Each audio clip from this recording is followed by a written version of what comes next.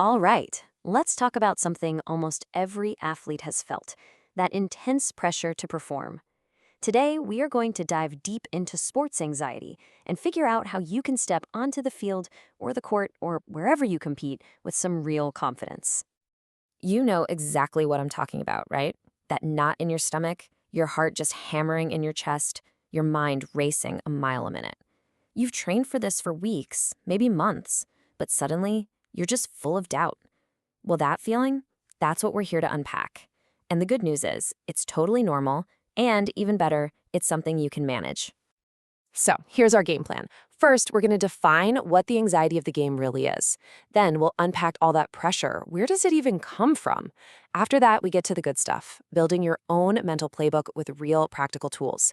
And finally, we'll talk about how everyone around you, your school, your coaches, your parents, can help build a truly winning mindset.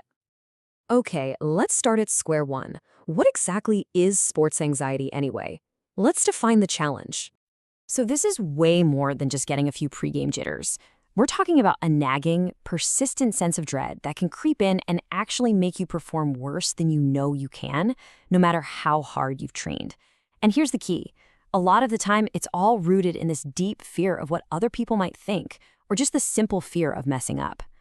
Now, what's really fascinating is that this anxiety isn't just one big blob of a feeling. It kind of splits into two types. You've got somatic anxiety. That's the physical stuff. The racing heart, the upset stomach, those super tense muscles. Then you've got cognitive anxiety. That's everything happening up in your head. The constant worry, the fear of failure, that negative voice, you know the one. And just replaying mistakes over and over. Figuring out which one hits you harder is a huge first step to getting a handle on it. And these feelings, they show up in pretty clear ways. Maybe you find yourself getting super irritable before a match, or you start looking for excuses to skip a game altogether. A really big one is when you see your performance tanking, even though you're putting in all the work at practice. These are all red flags that anxiety might be calling the shots. So, that brings us to a really important question. Where is all this pressure actually coming from? Let's pull back the layers.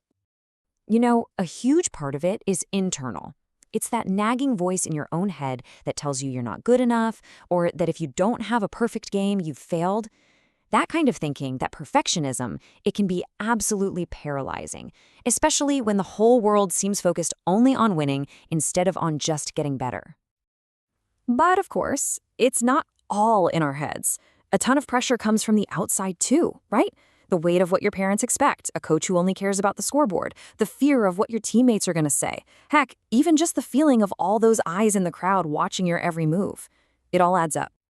And we can even zoom out further. Sometimes the whole culture at a school or on a team is just built on this win-at-all-costs idea, but nobody ever teaches you how to handle the mental side of competition.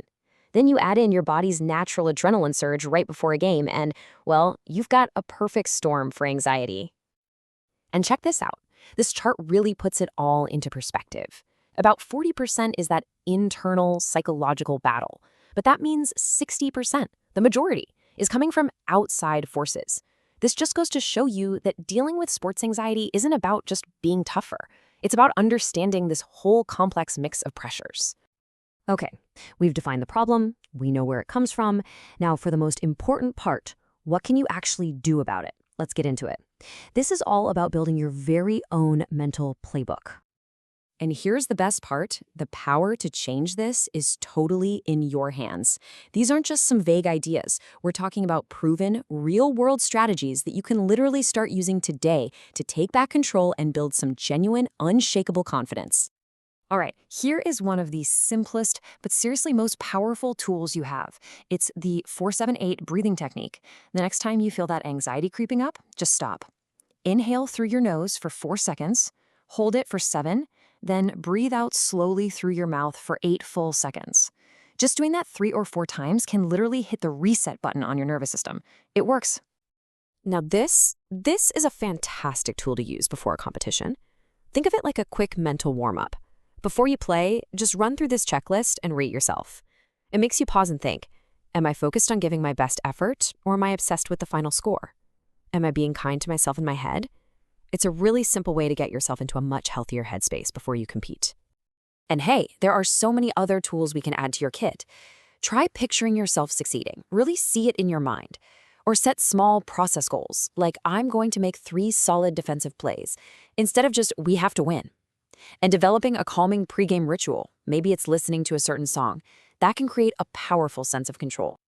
But look, your own strategies are just one piece of the puzzle. A truly winning mindset, that gets built up by the environment around us. So what's the role of the schools, the coaches, and the parents in all of this? Schools can be an absolute game changer here. Imagine if they brought in experts to teach mental skills, or trained coaches to be supportive and encouraging instead of just yelling. And what if we started celebrating great effort and teamwork just as loud as we celebrate winning a trophy? That would change everything.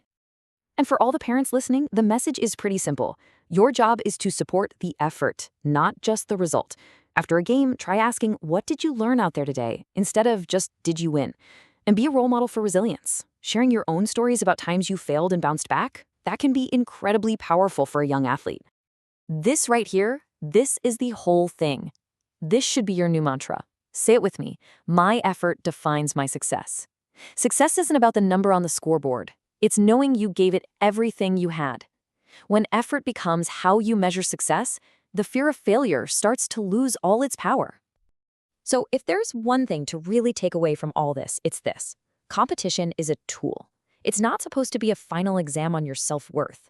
It's a vehicle for building courage, learning how to improve, and persevering when things get tough.